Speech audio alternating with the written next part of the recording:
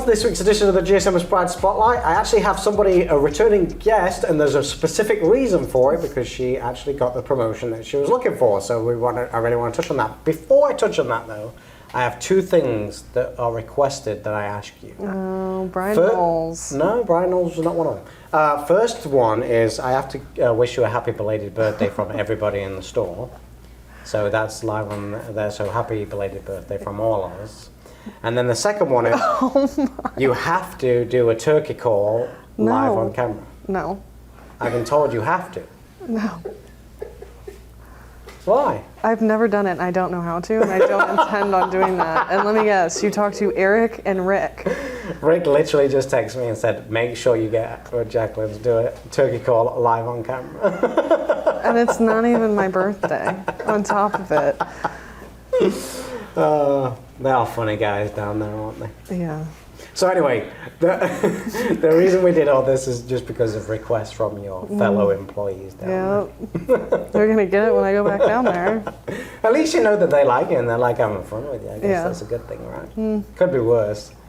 They could just totally ignore you and not care. That's true. So that's a good thing. Anyway, now the fun's out of the way. So actually, last time we spoke to Jaclyn, the good thing was she actually stated to me that she wanted to progress. Well, ironically, shortly after that, something happened, didn't it? So what happened after that? Well, Brian pulled me in his office, and he first of all said he had no idea that I was even interested. And then we just had a conversation, and then eventually the position became available, and I interviewed for it. And then see, all that time you didn't want to do the spotlight, and look what it led to. Yeah. Progression in your career. Yeah. So all those people that watch these but are too scared to come on, look what can happen and get your progression that you want. So how is that new role going? It's going good. I'm still learning, obviously. I've never done anything like it before, so it's How long have you been doing it for now? I started at the beginning of May, so okay. A few months. Yeah, 4 months. Is it, let me ask this one, is it anything like you expected it to be? Yeah, I mean, I've seen the guys, I've worked in like behind the scenes of the advisors, so I mean. And you kind of did a little bit of what they did anyway when you were dealing with customers and all that kind of stuff. If you were to say what the hardest thing about the new role is, what would you say it is? Just dealing with angry people and getting yelled at, I guess. I mean, it's going to happen, but yeah. Because I know when you were in your old role, that was something that you dealt with on a regular basis also. But is it but that was something now? that we could just like pass on to the that's what I'm saying, advisors, and so now I can't pass it on to anybody. That's kind of where I was going with it. It's a little harder now because you have to deal with the situation. So how's that transition been, and feeling, I guess, more responsibility to deal with the situation rather than just field the call?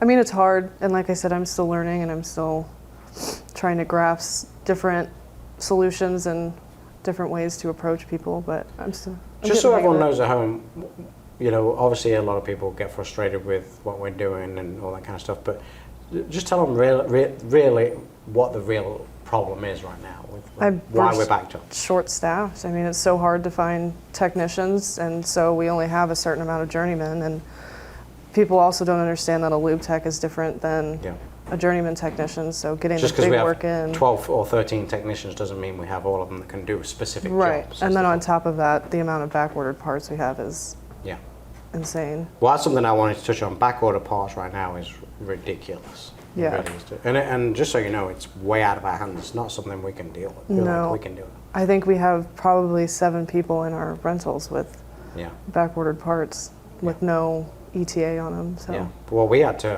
wholesale. Remember that expedition? We had to wholesale an expedition because we literally had for nearly 6 months no communication with Ford at all to get that wired. So we ended up having to wholesale. Yeah. That's just how crazy it's getting. But okay, what's the good things that you like about the new role? My paycheck was a little nicer. I mean, also, it's all about money? No. I'm just kidding. No, but I mean, like, selling those big tickets is really satisfying, and it makes me feel good. So. Well, I was kind of hoping you were going to say that. Is it now you're actually doing that? Do you get that self gratification when you go, oh yes, I got all that stuff? Oh yeah. Well, and then on top of it, it makes me feel good for the technicians too, because selling those big jobs is money in their pockets as well. So has that been something that you've had to work on, gaining the relationship with the techs? Because a lot of people don't realize, as a service writer, they're really your customer as well. So you kind of got to build that relationship with those people. Has that been difficult? No, because you already knew them anyway. Right? Yeah, and we always had a pretty good relationship as I was in the back office, and then when I transitioned out here, I think a lot of them were pretty excited. So it's been pretty easy. Would you say that was easier for you to do that transition because you knew everybody already? I think so, yeah. Yeah, and that's kind of why a lot of times, and I hope you have witnessed this and seen it. That's why it's always better to promote from within, because then you're not throwing them into the fire pit. They already kind of know the lay of the land and stuff like that. If you could name the top 5 customers, who would they be? I'm just kidding. I don't want you to do that on camera. I was just. Have you gained any relationships with the customers though, on a serious note? I mean, a handful of them, yeah. You got some return people that come back and know who you are. I have somebody she won't call to make appointments. She'll just send a text to the thread that she had previously.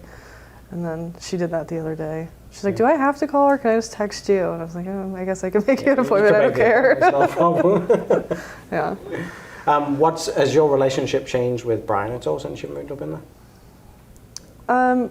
Because you had a pretty good relationship regardless. Yeah, I just think that his relationship with the advisors is a little different than with other people. So, I mean, I don't think it's changed a whole lot. I think it's just more serious and professional. Yeah, put a little bit more pressure on you a little bit. Yeah. And what about the other 3 guys? Have you learned a lot from those guys? Well, I mean, I sit right next to Rick. And who couldn't be a better person to learn from, right? But generally speaking, do you guys work as a good team down there, good unit, and everyone helps everyone out? Yeah, I think so. What if you could kind of put your finger on what your goals would be in the next, let's say, 60 or 90 days? What do you think that would be? I definitely want to write more tickets, sell more, get my ELR up, little things like that, hours per RO. Yeah, and do you think that's just going to be down to experience and how to get that, or is that something that we could physically give you some coaching on or training on how to do that?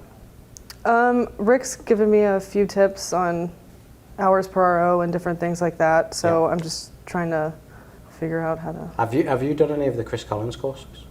For the advisors, no. That's probably something we need to put you on, because again, with training, you're not always going to... I'm not saying you have to, like, live by it, but you might get a couple of things out of those that might help you a little bit. I'll talk to Brian, and you probably should get on there. They're pretty short videos. Yeah, I did the one when I was in the BDC. Yeah, it'd probably be a good idea to do that, because you might just pick up something that might be, that's a good idea, I'll use that one in the future. Well, I'm glad that you're happy. I'm glad that you got the progression, and the biggest reason is like I said, it was kind of weird. We had that, then literally like 2 months later you were promoted. Well, Brian pulled me in his office, and I was like, I was just kidding, because in the interview I was just like, oh, I don't think Brian would ever let me move. And I thought that's why he was pulling me in. So as soon as he pulled me in there, I was like, I was just kidding. Well, I'm just going to tell you right now, as soon as that aired, Brian came to me and goes, do you think Jaclyn was serious? I was like, yeah. I flat out asked her if she wanted to progress. And he goes, I never thought she'd want to be a service writer. I'm like, have you ever asked her? He goes, no, I just didn't think that was the case. And then he was like, okay. And you know what Brian's like, as soon as he gets something in his head, that was it. Yeah. And then the next thing he goes, I asked her about it. I'm like, okay. I'm like, we don't have anywhere to put her. And he's like, well, we may have. I was like, well, okay, then if that's the case. And then he came to me and said, are you okay with that? I was like, sure, I'm fine with it. I said, I would like to have a sit down conversation, which we did. And I said, I'd like to have a conversation and make sure we're on the same page. But yeah, it's fine by me. So I'm happy. Yep. I think you've done a great job and jumped in that role and taken ownership of that role. And I think you've done pretty good so far. So still keep learning. It going. Can only go up. Yep, that's exactly. Are we ready for the turkey call yet? No. Okay. Well, thanks for watching this week. As always, over at Fusz Ford, we can replace the car, not the customer. And I'll see you all next week.